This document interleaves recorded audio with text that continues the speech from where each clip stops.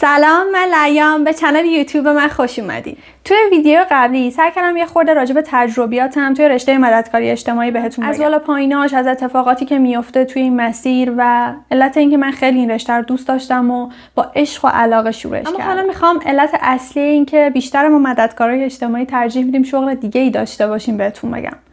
قطعاً که عوامل زیادی وجود داره، دلایل بسیاری براش هست، اما دلیل اصلی این ماجرا بحث مالیشه. این نیست که با توجه به شرایط ایران بیشتر رشته‌ها درآمد آنچنانی ندارن. اما تو رشته مددکاری اجتماعی یکم داستان متفاوت‌تر میشه. داستان اینه که شما انرژی بسیار زیادی برای این کار باید بذارین، از لحاظ روحی، از لحاظ روانی و البته که جسمی.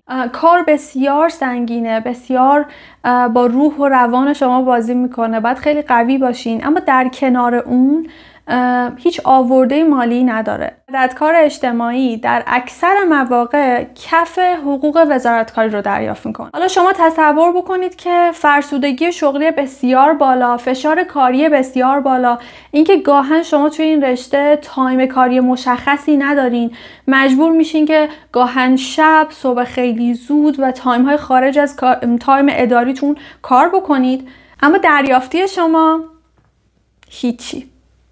در واقع با توجه به فشار جسمی و روانی که این کار برای مددکار اجتماعی داره، بعد از تایم اداری هیچ انرژی برای اینکه بخواد یه کار دومی داشته باشه که امرار معاش بکنه مسلما نداره.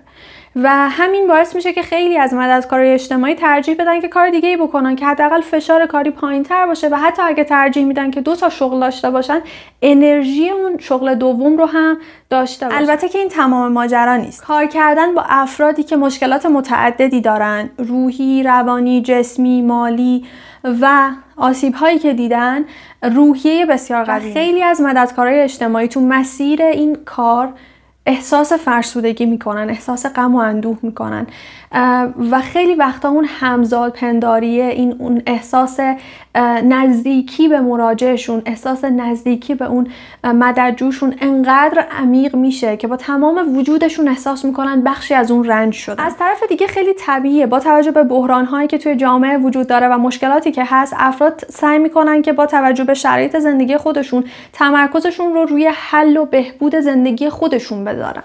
و وقتی که شما توی بحران‌های زندگی خودتون هستین و مشکلات خودتون رو دارین حل می‌کنین، طبیعتاً براتون سخت‌تر میشه که همزمان بتونید به مشکلات دیگران هم رسیدگی بکنین و اونها رو هم بخشی از مسیر زندگیتون ببینیدشون. وقتی که ما از لحاظ روحی و روانی داریم سعی می‌کنیم به مشکلات زندگی خودمون پیروز بشیم و بتونیم باشون کنار بیایم، ظرفیت روانی پایین‌تری داریم که بتونیم شرایط دیگران رو هم درک بکنیم و به اونها هم رسیدگی بکنیم. نتیجه معمولاً در شرایط فعلی آدم‌هایی که این رشته رو میخونن سعی میکنن که یک رشته دیگه، یک شغل دیگر رو انتخاب بکنن برای اینکه فرصت روحی، روانی و مالی و همه اینها در کنار همدیگه داشته باشن برای اینکه زندگی خودشون رو بتونن سامان بدن. قلوب از این درنوشی که ریختم بخورم و بعدش میخوام راجع به موضوع بعدی صحبت بکنم باهاتون که راجع به اپلای کردن برای رشته مددکاری اجتماعیه.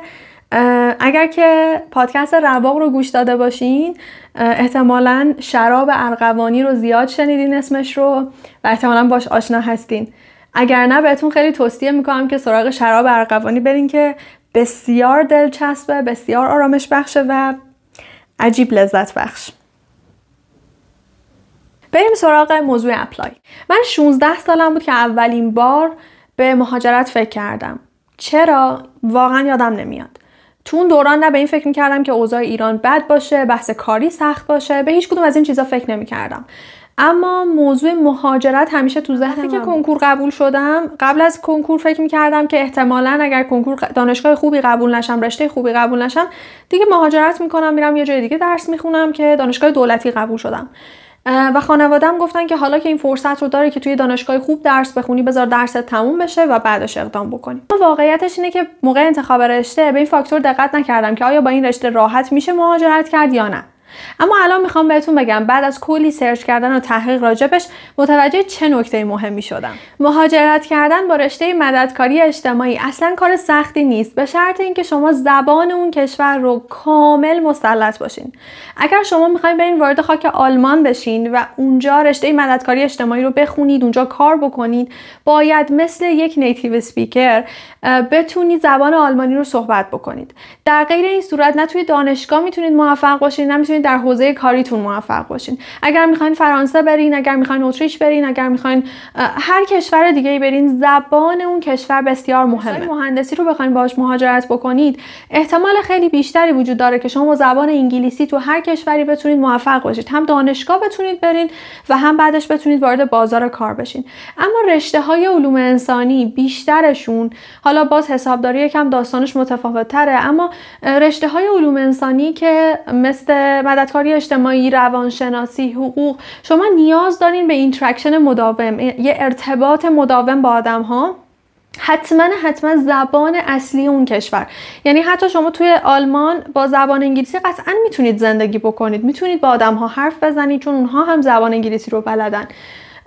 اما داستانی که وجود داره اینه که شما نمیتونید کار بکنید، نمیتونید راحت دانشگاه پیدا بکنید چون بیشتر دانشگاه‌ها به زبان آلمانی ارائه میدن. پس اگر قصدتون اینه که مهاجرت بکنید، زبان کشور مقصد رو باید کامل بلد باشید. اگر هم مقصدتون کشورهایی هستن که انگلیسی زبانن مثل آمریکا، کانادا، استرالیا، یکم داستان بحث مالی میشه. به خاطر اینکه شما برای مهاجرت کردن به آمریکا و کانادا و استرالیا هزینه زیادی دارین، باید پول بیشتری خرج بکنید. مهاجرت به آلمان هزینه کمتری داره، دانشگاهاش رایگان تقریبا، اما برای کانادا درس خوندن شما باید هزینه هنگفتی بابت دانشگاه بدین، آمریکا همینطور، مگر اینکه انقدر رزومه فوق‌العاده‌ای داشته باشین و انقدر خوب بتونید با استادا ارتباط برقرار بکنید که بتونید فاند بگیرین. اما ساده ترین راه مهاجرت تحصیلی با رشته مددکاری اجتماعی اینه که شما زبان کشور مقصد رو کامل بلد باشین و بعد شروع بکنید به اپلای کردن و قطعاً خیلی راحت میتونید پذیرش بگیرین. هیچ مشکلی به جز بحث زبان وجود نداره، خیالتون راحت. مرسی که تا اینجای ویدیو همراه هم بودین. ممنونم از نگاهتون. امیدوارم که لذت برده باشین و ویدیو بعدی میبینمتون. فعلا